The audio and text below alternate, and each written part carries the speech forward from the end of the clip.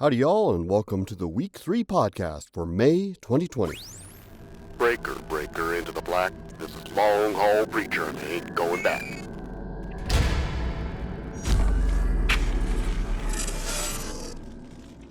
Thanks for all the feedback on part 1 of Freya's Gift. I really have only written 2 rough chapters, so any feedback you can give me at this point would be great. Without further ado, and with big thanks to Cloud Imperium Games for the Star Citizen universe that this story plays out in, here's Freya's Gift, Chapter 2. New Home, Rough Start. Freya had a hard time keeping it all a secret, especially from the twins, Yellen and Selen.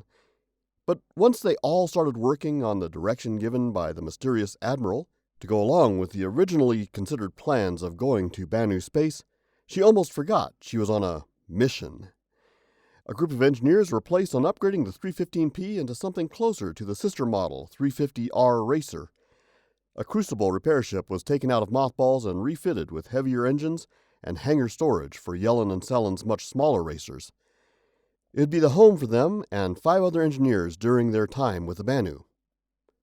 Mark also insisted on 2 others going with them in one of Mark's own Banu Defenders, and having 3 pilots trained in dogfighting along with all 3 racers being armed for heavy defense. This started off a stream of questions from Yellen and Selen. Freya could only come up with the lame excuse of a father's prerogative as an excuse. And she was pretty sure they didn't fall for it. Still, without another reason for it all, they followed orders and left Freya alone about it.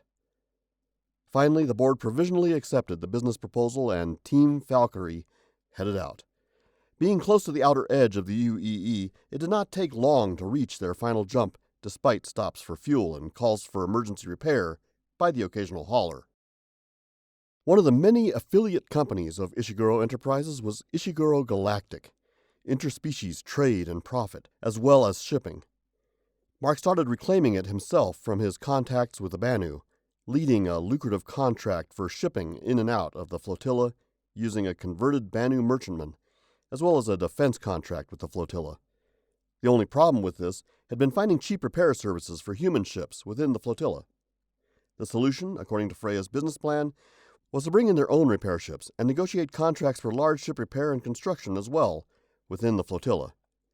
Team Valkyrie's Crucible, the broker, was the first, while also being the repair ship for the team's small racing craft for races on Yulin 4, and Freya's larger racer in Cluster Alpha as practice for other races. Unidentified UEE ship, Yulin Flotilla Control, claimed the gravelly voice over the comm as they entered into flotilla space. Please identify yourself and purpose before approach to flotilla. Yulin Flotilla Control, this is the broker, responded Freya. Supplementing Ishiguro Galactic's bid in this region. Sending registration ID and contract ID. She nodded to the comm officer, and the officer sent the information. Broker, Flotilla Control, information received. Enter parking orbit alongside Ishiguro Merchantman, Outer Rim 1, at the sent coordinates. Will you require shuttle information? Negative, Flotilla Control. We have our own personal transport, if you don't mind. Sending flotilla information. Welcome to Yulin. Flotilla Control, clear. Broker, clear. Is it just me? Asked Selen. Or do Banu sound like the creaking of a wooden deck? It's just you, quipped Yellen back. Okay, you two, chided Freya. Prep the Argo. I want to go negotiate our welding contract while you transfer the paper orders and supplies to the Outer Rim and get to upgrading and repairing it. And no joyriding until I get back. You can't have all the fun.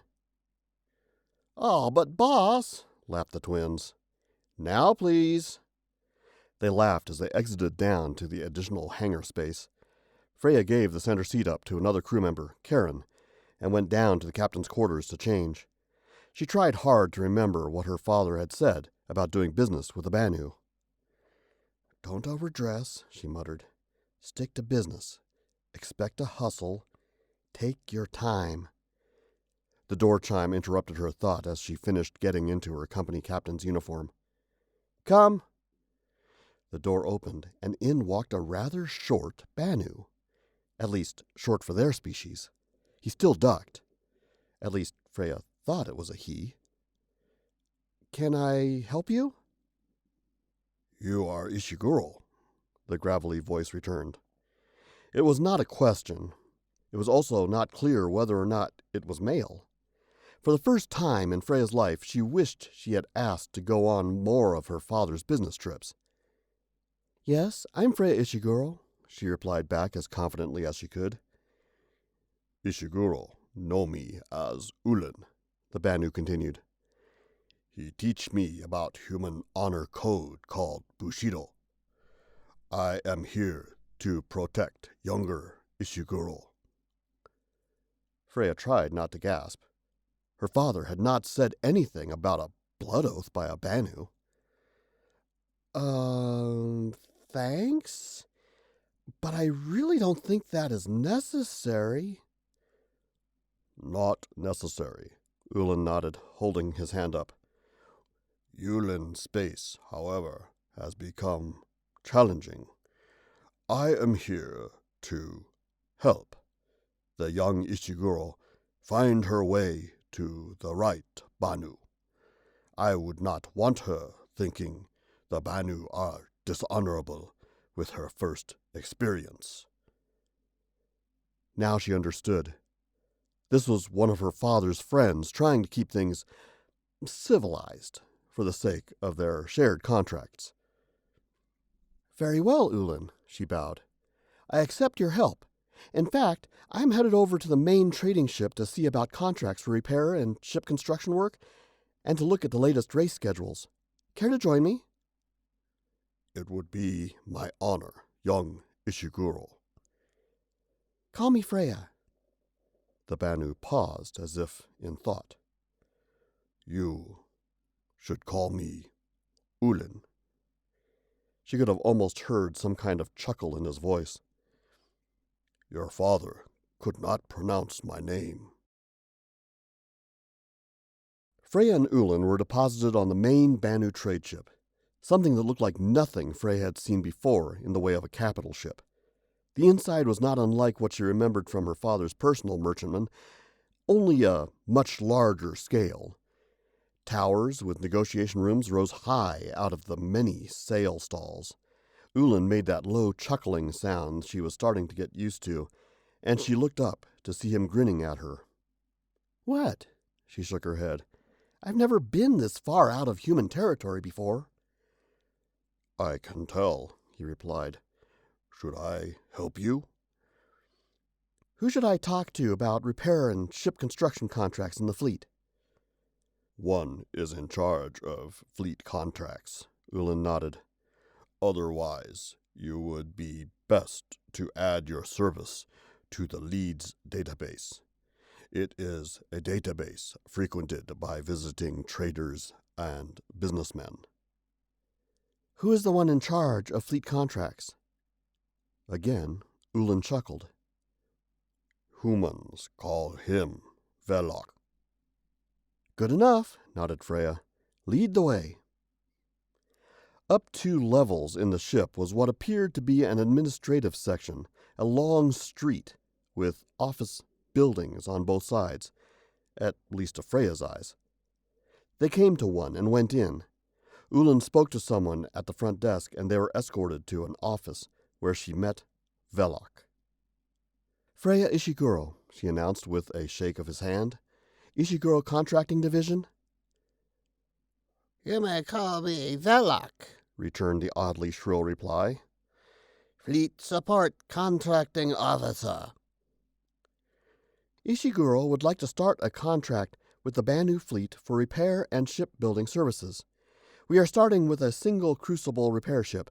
However, I am authorized to add more to the fleet if the contract is large enough." Velok nodded. "We prefer to do our own work on our ships. However, we do get many requests for repair, retrofit, and even rebuilding of human variation Banu ships, as if we directly manufactured them. If you have experience in this, we would be happy to write a subcontract for you for a nominal fee. We have experience with the merchantman and defender and would accept a contract of 90% of the profit. Well, we could use someone with more of an eclectic experience with Banu ships, but could you accept such a contract for 25% of the profit? 15% and no more. 20. 15. Velok scrutinized Freya and then smiled. I like you. 15% for the one repair ship. Bringing in more, we will negotiate again. They quickly finished negotiations and filed the contract, both looking like they had come off better than the other.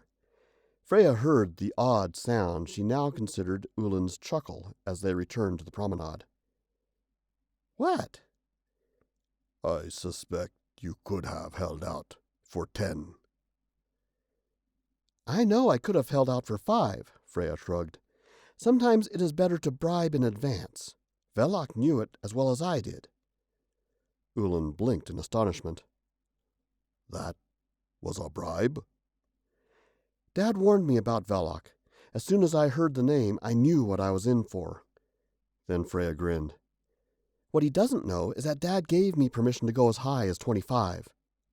Again, the odd sound, like the echo of waves in a log, came from Ulin. I believe the human expression is, like father, like daughter. Don't you forget it, she eyed Ulin. So, what is it between you and Dad? Ulin bowed, his skin seeming to turn a shade darker. It is a matter of pride and honor. Freya waited, but Ulin went no further. I'm going to guess, being Banu, it must have had to do with either a business deal gone wrong or a business deal gone right. She tried to sound joking, but the Ulin turned yet another distinct shade darker. Was this blushing in Banu? Was he embarrassed? He was assigned with a UEE squadron to convoy security, Ulin began, shoulders hanging low. The convoy was contracted to supply and refueling and repair outpost nearing the front lines. We came under attack. I had not yet experienced the ferocity of a Vandul attack, and I panicked, ordering my ship to retreat. Ulin took a creaking breath and continued. Ishiguro covered us until I regained my strength and started firing back. When questioned, he told my contracting officer that I had lost maneuvering thrusters and had to work to get back control of my ship. He saved my family. He saved my reputation. No Banu will do that for me. After the convoy, when he started talking about retiring from the Navy, I gave him one of my merchantmen and paid for the retrofitting to human standards. He named it the Outer Rim as a joke, but I owe him no less than my life. For that, I will help you in anything you need here. Freya took Ulin's hand.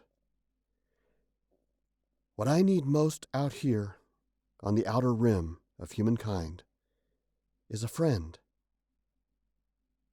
Ulin grinned. Then you have one, Freya. Freya's calm chirped, and she brought up the holodisplay to see Karen looking serious. Sorry to bother you, boss, she quickly began, but we've got trouble. The Trouble Twins went hot-dogging with the Argo and got crosswise with an outbound traitor. He wants to talk to you. Freya sighed, shaking her head. Patch him through. Her display shimmered as it switched to a gruff-looking older man, sparks flying behind him as others worked hard to shut down broken circuits. Captain Freya Ishiguro Galactic. And you are? Pissed off, Captain, growled the old man. You look too young to be a captain in anything. No wonder your crew is so undisciplined. There's no need for insults, Captain, Freya coldly retorted, an eyebrow quirking up, something she had seen her father do. What is your situation? Your idiot pilot on the Argo scraped a hull plate clean off, tearing through circuits and sending overloads through multiple systems, growled the old man. We're dead stick and drifting. My chief engineer knocked cold. You're going to pay for this. I'll do one better, Captain, nodded Freya. I just signed a contract with the flotilla to do repair work here. I'll send out someone to tug you back and get you fixed up and ready to go again in no time. Any medical costs are on us as well. You, the old man blinked in astonishment. You're not from around here, are you? No, Captain, we just arrived to the system. No, returned the old man, holding back a chuckle. I mean to the outer edge of trade. You didn't even negotiate. Out here, people will take advantage of you. Or I could use it to show that we do the job we just contracted for and are honest in dealing, as well as our mistakes. The old man nodded in respect. Captain Yagas, owner-operator of the Naughty Pine. Merchantman retrofit? Aye. Good, smiled Freya. We specialize in Banu retrofits. Karen, did you catch all of that? The image flickered and Karen was there. Sure did, Captain. Just put the tractor beam on the 315 and sent it out. ETA, 10 minutes, Captain Yagas. The image returned to the old man. We're not going anywhere, at least not quickly. Thank you, Captain. Karen, get the twins back to me for pickup. I'll fly the Argo back to the hangar and we'll see how much more I'm taking out of their pay. Right away, Captain, came the reply. This has been a podcast by Monty Long Haul Preacher Pescador, copyright 2020, at his feet, PBC, doing business as Long Haul Preacher, all rights reserved. If you'd like to use any of this material for your own programs, just drop me a line, info@longhaulpreacher.space, keeping in mind that this may someday end up being in novel form, but for now, I'm giving permission for use.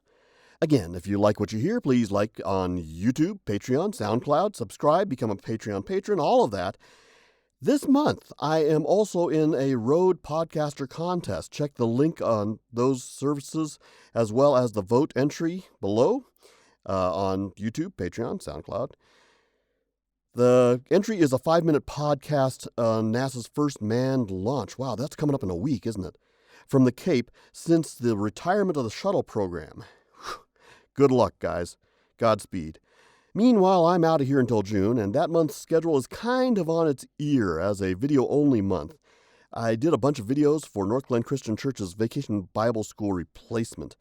That's for children grades pre-K through 5. I will warn you, day 3 does just get a little dark, so watch it before letting the littlest eyes watch it. Beyond that, that's going to be June's broadcasts. So if you want to hear more of anything, please do let me know. Again, info@longhaulpreacher.space. I would love to hear from you. Go ahead and leave comments, YouTube, Patreon, SoundCloud. Until next time, love your family, be safe, and do what you can for your neighbor in truth and action.